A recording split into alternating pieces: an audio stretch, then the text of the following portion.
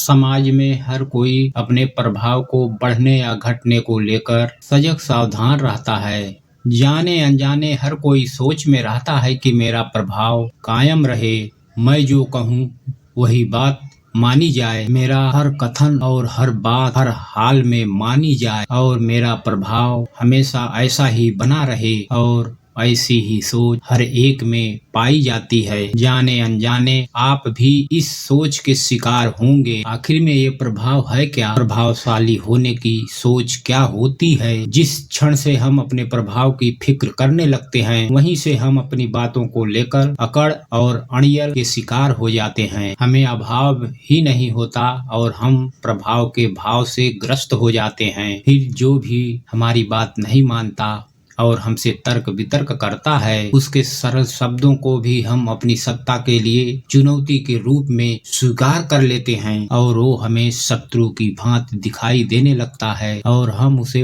पूरी तरह से मिटा देने पर उतर आते हैं। दिन रात उस व्यक्ति की पतन की योजना बनाने लगते हैं। अपने प्रभाव का एक ऐसा परिणाम सामने आता है जिसकी हमने कभी कल्पना भी नहीं की होगी। अपने प्रभाव की रक्षा में हम कभी कभी बहुत खराब तरीके से अपना बुरा प्रभाव छोड़ने लगते हैं। अपने प्रभाव के लिए जागृत होना एक तरफ से हमें जागरूक और हिंसक के रूप में बदल देता है। किसी भी तर्क को हम अपने प्रतीक्षा से जोड़ने लगते हैं, प्रभाव को प्रतिष्ठा बना लेते हैं और सामने वाले के प्रभाव को कम करने के लिए उसके मान सम्मान के साथ खिलवाड़ करने लगते हैं। हम कोशिश करें तो इस प्रतिष्ठा और खेल के से आसानी से बच सकते हैं। बस केवल सामने वाले के प्रभाव को अपना शत्रु न माने, उसे तर्क वितर्क करने दें। तर्क वितर्क करने वाले लोग ही अक्सर सही रास्ते पर होते हैं। हाँ हाँ हाँ करने वाले से 100 गुना कारगर होते हैं। जो घर चलाने के लिए बाहर काम करने के लिए जाता है और शाम को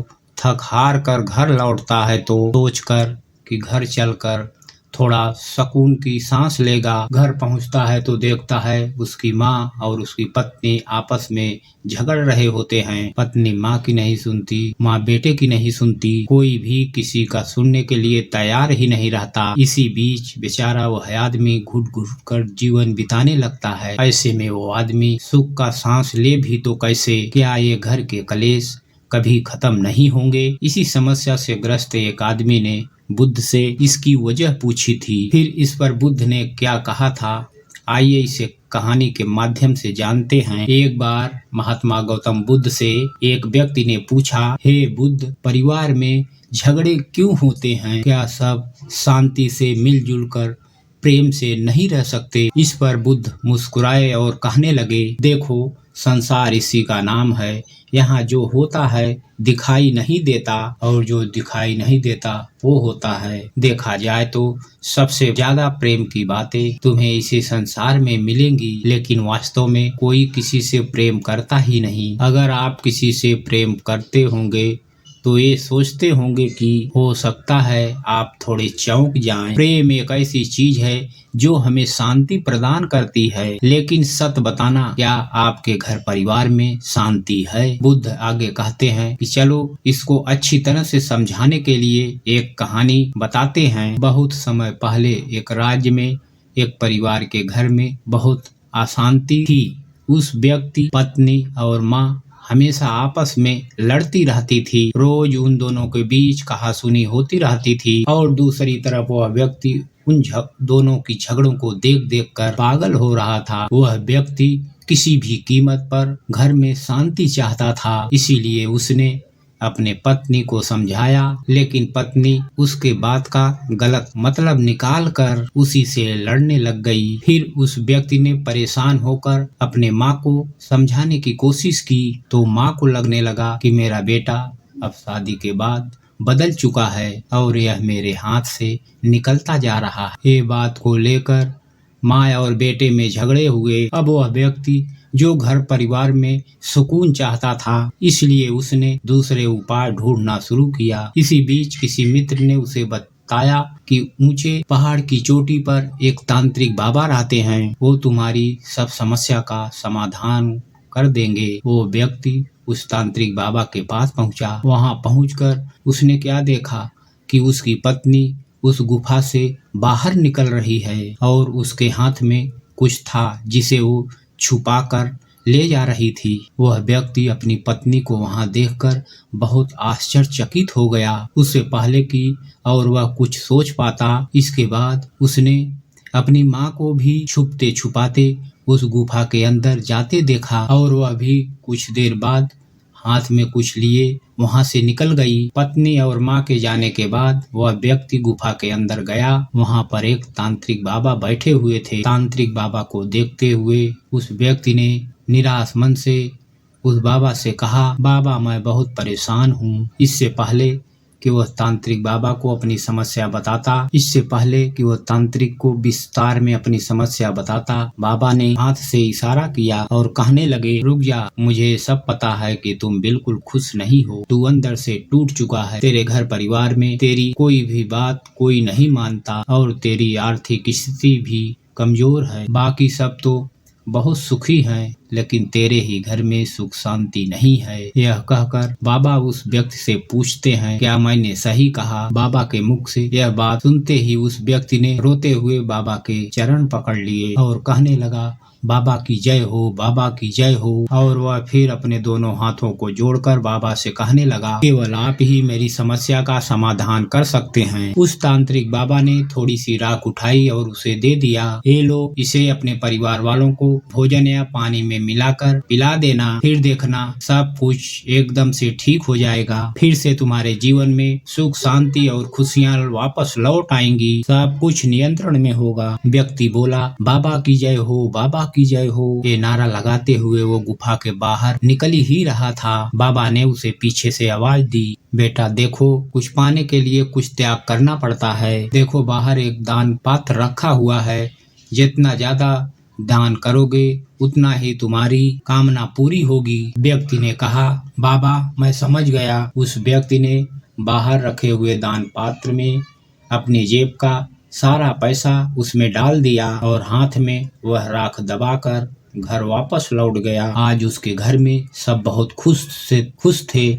सब एक दूसरे को देखकर मुस्कुरा रहे थे। शाम को बहू ने अपनी सास और पति के लिए खाना परोसा और अपने सामने दोनों को खाना खिलाकर बहुत खुश हुई, क्योंकि उसने उस भोजन में बाबा की दी हुई राख को मिला दी थी। बहू ने अपनी सास और पति के खाने के बाद को दूध गर्म करके दिया और माँ भी बहुत खुश थी। उसने भी उस राख को दूध में मिला दिया था और बेटे ने अपनी माँ और पत्नी को ताजे फल का जूस बनाकर पिलाया और पिलाने से पहले उसने उस जूस में तांत्रिक द्वारा दिए गए राख को मिला दिया। बेटा भी जूस पिलाकर बहुत खुश हुआ। इस तरह घर में खुशियाँ होने की सबकी अलग अलग विचार थे। फिर सुबह उन तीनों की बहुत उम्मीद थी कि राख मिलाकर पिलाने से उनको मन चाहे परिणाम मिलेंगे। बहू सुबह उठी और सास के पास जाकर बोली, चलो उठो, मेरे लिए खाना बनाओ। सास ने कहा,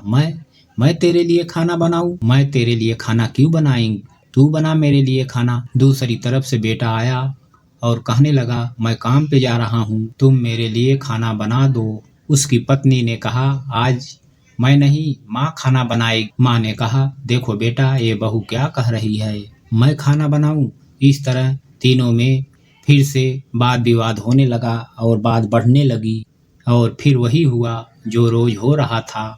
माँ और पत्नी को लड़ते देख बेटे ने अपना सर पकड़ लिया और घर से बाहर चला गया। घर के रोज इस तरह के झगड़े से सिर्फ वह व्यक्ति ही नहीं बल्कि सब लोग परेशान हो चुके थे, इसलिए वो भी इससे छुटकारा पाना चाहते थे, लेकिन तीनों को कोई सफलता नहीं मिल रही थी। अब तो तीनों को विश्वास हो गया था कि हमारे घर परिवार में अब शांति नहीं आ सकती। फिर एक ज्ञानी व्यक्ति ने बेटे को बताया कि तुम अपने घर परिवार में एक शांति का हवन करवा लो, जिससे शांति उत्पन्न होगी। घर में फिर हवन कराया गया। हवन कराने के कुछ दिन बाद शांति आई और कुछ दिनों तक तो सब ठीक चलता रहा, लेकिन फिर से कहासुनी शुरू हो गई। लेकिन एक दिन घर में फिर पहले जैसा हंगामा हो गया। अब उस व्यक्ति का मन पूरी तरह से उदास हो गया था। वो इतना हताश हो गया था कि अब वह इस संसार को ही छोड़ देना चाहता था, जिसकी वजह से अब उसका मन आत्महत्या करने की सोच रहा था। उस दिन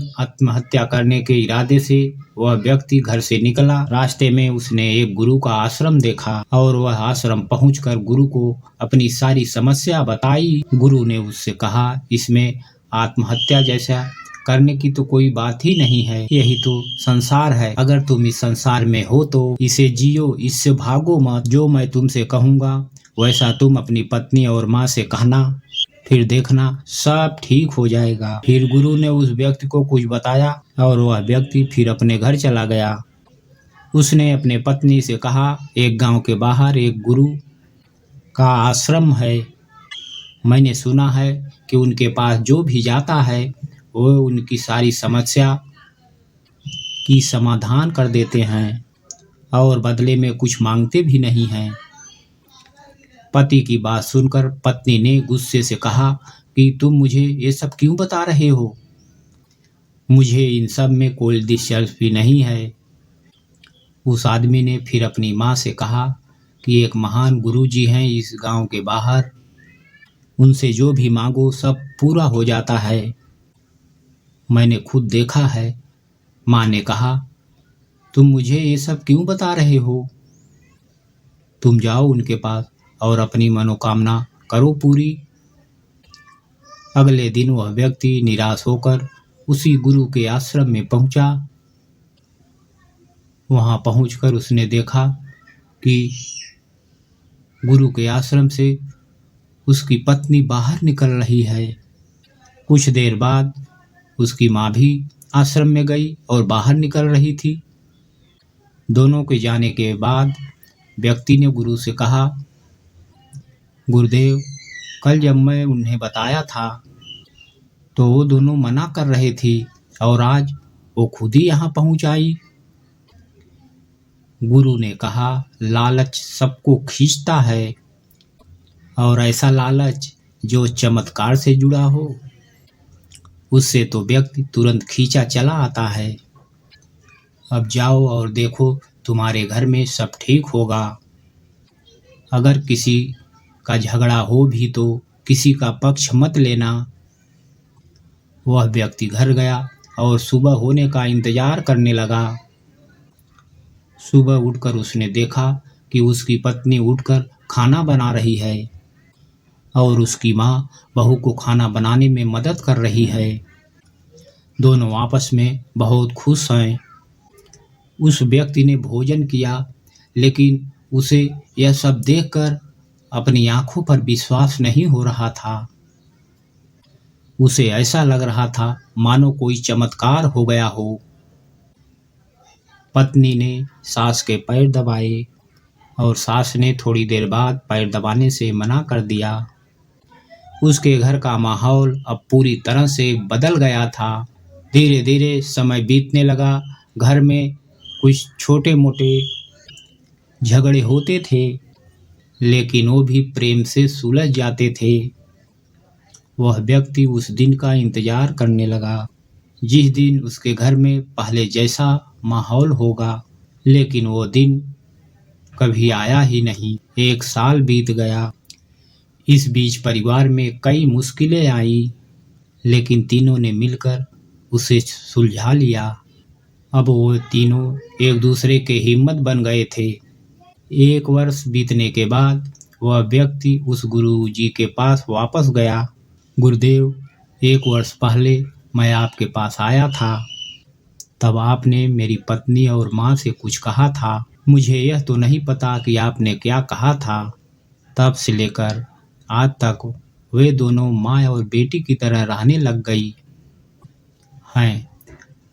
अब तो वे दोनों आपस में लड़ती झगड़ती भी नहीं हैं, बल्कि एक दूसरे का ख्याल रखती हैं। गुरुदेव, आपने ऐसा क्या कहा था?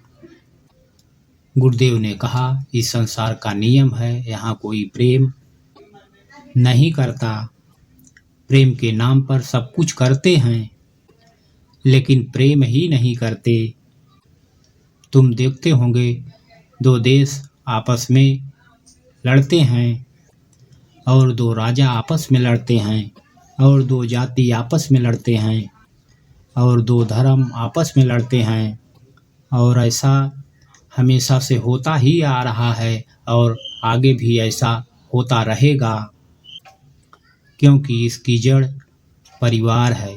लेकिन परिवारों में प्रेम नहीं है, बल्कि कब्जा करने की प्रवृत्ति है। हम एक दूसरे पर कब्जा कर लेना चाहते हैं, हम एक दूसरे पर अधिकार जमा लेना चाहते हैं, सामने वाले को जीत लेना चाहते हैं और सामने वाले को स्वतंत्र नहीं रहने देना चाहते। वो दो युद्ध जो राज्यों के बीच चलता है, वही युद्ध परिवार के बीच चलते रहता है। और यही हम बचपन से सीखते हैं कि असली शुरुआत तो परिवार से ही होती है। व्यक्ति ने कहा, गुरुदेव, मैं आपकी बात समझ गया हूँ, लेकिन आपने अभी तक मुझे ये नहीं बताया कि उस दिन आपने मेरी पत्नी और माँ से क्या कहा था। गुरुदेव ने मुस्कुराते हुए कहा कि मैंने तुम्हारी पत्नी से कहा था, तुम अपनी पति और सास को 1 साल तक खुश रखोगी, उनकी सेवा करोगी तो तुम्हारी सास और पति तुम्हारे कब्जे में आ जाएंगे। और यही बात मैंने तुम्हारी माँ से भी कही थी। लेकिन गुरुदेव, अब तो 1 वर्ष हो गया, इसका मतलब अब दोनों पहले जैसा झगड़े करना शुरू कर देंगी। गुरु ने कहा, चिंता मत करो, ऐसा नहीं होगा, क्योंकि इस 1 साल में उन दोनों ने एक दूसरे को अच्छी तरह से जान लिया है और समझ लिया है, और उन दोनों के बीच प्रेम भी बढ़ा है। इसीलिए जो कब्जा करने की प्रवृत्ति उसमें थी, वो अब कम हो चुकी है, या हो सकता है खत्म ही हो गई हो। उन्हें एक दूसरे पर भरोसा है, वे बुरे समय पर भी एक दूसरे का ख्याल रखेंगे। उस व्यक्ति ने गुरु को दिल से धन्यवाद दिया और वह खुशी खुशी वहां से अपने घर वापस चला गया। तो दोस्तों, आज के लिए बस इतना ही। मिलते हैं अगले वीडियो में। आप सभी लोग हमारे चैनल को लाइक और सब्सक्राइब जरूर कर लें। आप सभी लोगों का सपोर्ट ही हमारे मनोबल को बढ़ाता है। धन्यवाद। जय हिंद। वंदे मातरम।